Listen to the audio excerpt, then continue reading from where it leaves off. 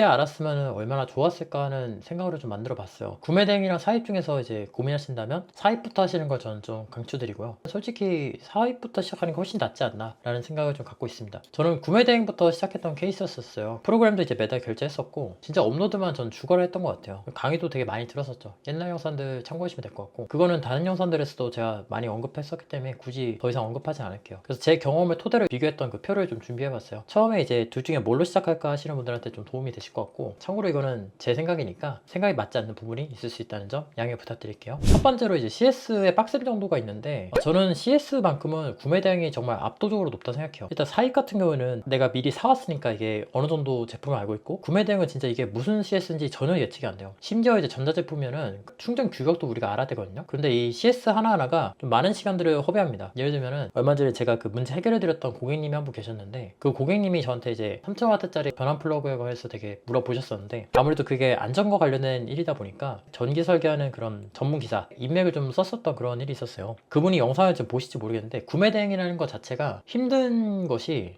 아무래도 중간에 이제 배송 기간도 자체가 길다 보니까 배송 중에서 파손되는 경우도 많고, 경로택배가 좀 그런 쪽으로 좀 취약합니다. 통관도 느리게 될 때도 있고 여러 가지 그런 변수가 발생할 수 있는 상황들이 많은 것 같아요. 그래서 CS에서는 정말 구매 대행이 거의 압도적으로 불리하다고 저는 생각을 합니다. 초기 자본 같은 경우에는 저는 개인적으로는 이것도 사입 쪽이 좀 더 낫지 않나 싶은데, 이거는 사실 조금 따지고 보면은 구매 대행이 조금 더 우위를 가져갈 수 있는 것 같긴 해요. 왜냐하면 저는 차라리 사입으로 시작하는 게 낫다고 생각했던 것 중에 하나가, 어차피 프로그램 쓸 거면 한 달에 20만원씩은 기본으로 나간단 말이에요. 그리고 사업자를 보통 하나만 쓰지 않고 뭐 3개, 6개 이렇게 쓰죠? 그러면은 프로그램비만 해도 벌써 50만원을 쓸 거예요. 비상주 사무실 나가죠? 그 다음에 뭐 강의도 들을 거죠? 그러면 이것저것 하면은 진짜 그것도 만만치 않단 말이에요. 그래서 사입을 뭐 한 500개, 1000개 이렇게 들어올 게 아니라면은 솔직히 초기 세팅 비용도 비슷하지 않나 싶어요. 구매 대행 프로그램비로 뭐 20만원, 40만원 내는 거랑 재고를 매달마다 20만원, 40만원씩 가져오는 거랑 어차피 내 통장에서 돈 나가는 건 똑같지 않냐는 거죠. 그래서 저 같은 경우는 이제 우회를 가리기 어렵다 생각해서 이건 윈류즈를 안 적고 각자 어느 정도 비용이 들어가는지 정도만 이제 적었어요. 그런데 그 부분이 있는 것 같아요. 사입 쪽이 규모가 커질수록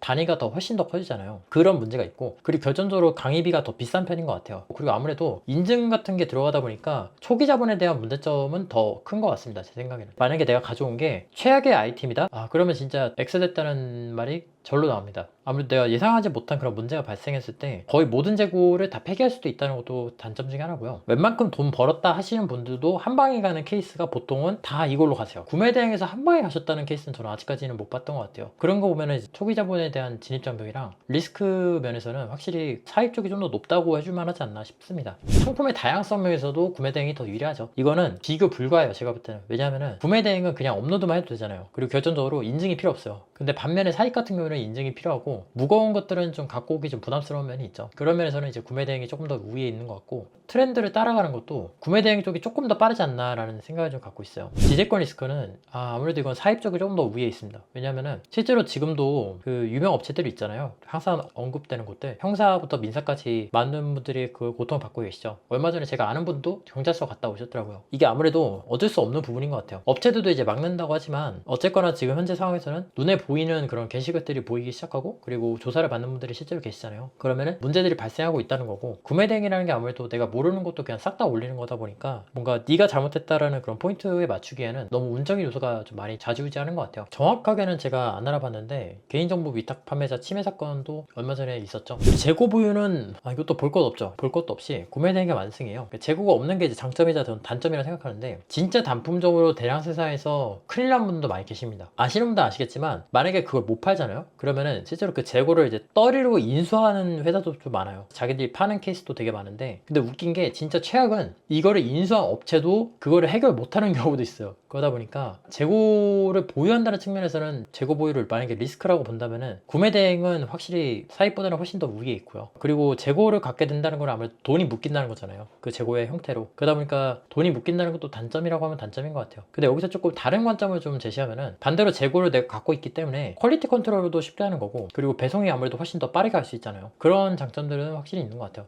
그런 면에서 봤을 때는 재고가 없다는 게 단점이 될 수 있는 거고, 아무래도 뭐 돈이 묶이거나 뭐 다른 관점에서 봤을 때는 재고가 없다는 거는 장점으로 작용할 수 있는 것 같아요. 그 다음에 환불 리스크는 저는 개인적으로는 이제 구매 대행은 재고 리스크가 없는 건 맞는데 이거를 두 개로 나눠야 이제 비교가 가능하지 않나 라고 생각해요. 구매 대행은 진짜 환불이 제가 볼 때 가장 큰 문제예요. 재고 리스크가 아니라, 재고는 없는 게 맞는데 환불 리스크가 굉장히 큽니다. 아무래도 배송 기간 자체가 일단 긴 게 가장 큰 단점이고, CS도 내용이 좀 많아요. 얼마 전에 제가 고객님 중에 한 분이 통관하던 업체가 이제 그 물건을 분실해서 30일 뒤에 이제 미안하다고 연락을 해준 거예요. 그런데 만약에 그 기간 동안에 반품이 일어나면은 그냥 내가 다 떠안아야 되는 거잖아요. 근데 조금 억울하잖아요, 사실. 그리고 이게 배송 기간이 길다 보니까 배송 중에 일어나는 파손 같은 거에 대해서 좀 취약합니다. 그래서 환불 리스크는 좀 많이 크고, 반면에 사입 같은 경우는 그 정도까지는 아니에요. 이거는 그 정도까지는 아니고, 로켓크로스 하시는 분들은 이제 전국 각지에 내 반품 품목들이 모이는 기현상을 발견할 수 있거든요. 근데 스트레스가 뭐 구매 대행만큼은 아니에요. 그 정도는 아니기 때문에 저는 환불 리스크만큼은 구매 대행 쪽이 훨씬 높다고 생각해요. 근데 운영 난이도는 이건 진짜 보기에 따라 다른데, 전 개인적으로는 사입이 훨씬 쉬워요. 뭐 기획하고 뭐 하고 하는 거 다 포함하면 조금 갈릴 수 있을 것 같은데, 단순히 운영한다, 그러니까 배송한다 뭐 그런 측면에서는 사입이 거의 압도적으로 쉬운 것 같아요. 왜냐하면은 구매 대행은 배송 대행 신청서 작성해야죠, 뭐 주문해야죠, 옵션 따로 찾아야죠, 그 옵션 품절이면 또 이미지 검색해야죠. 그 과정 자체가 너무 길어요. 근데 사입은 사실상 내가 재고를 갖고 있다 보니까 그냥 뭐 3PA라고 한다면 3PA도 요즘엔 자동으로 이제 돌아간단 말이에요. 그런 면에서는 확실히 운영 난이도가 사입 쪽이 조금 더 낮은 것 같아요. 그리고 고객 만족도 측면에서도 알면 사입 쪽이 조금 더 높죠. 구매 대행으로 별 5점 받는 케이스는 그렇게 많지 않아요. 왜냐하면 일단 배송 기간이 깁니다. 일단 거기에서 조금 힘들고요. 구매 대행은 재고가 없는 게 단점이자 장점인 게, 아까 전에 그 말씀 드렸잖아요. 재고가 없는 게 어떻게 보면 단점인 게, 퀄리티를 우리가 확인을 못 하다 보니까 고객이 이걸 받았을 때 좀 실망하는 경우가 조금 더 많은 것 같아요. 아무래도 중국 거다 보니까. 그래서 이게 높은 고객 만족도를 끌어내기에는 진짜 웬만큼 좋은 제품 아니면은 그런 경우는 좀 많이 못 본 것 같고, 그리고 마지막으로 이제 미래에 대한 얘기인데, 지극히 개인적인 의견입니다. 제가 그만둔 것도 이것 때문인데, 저는 솔직히 미래가 안 보였어요. 뭐 진짜 업로드만 이제 주구장창 하는데 근본적인 이제 판매 스킬이 이제 늘어난다기보다는 그 프로그램 숙련도가 오르는 느낌이었고, 그리고 약간 꼼수라고 해야 되나? 꼼수 같은 게 좀 많이 늘어나는 느낌이었어요. 그러니까 우리가 생각하는 그런 정통 셀러의 느낌은 아니었어요. 물론 그걸 하면서 이제 여러 가지 이제 문제 해결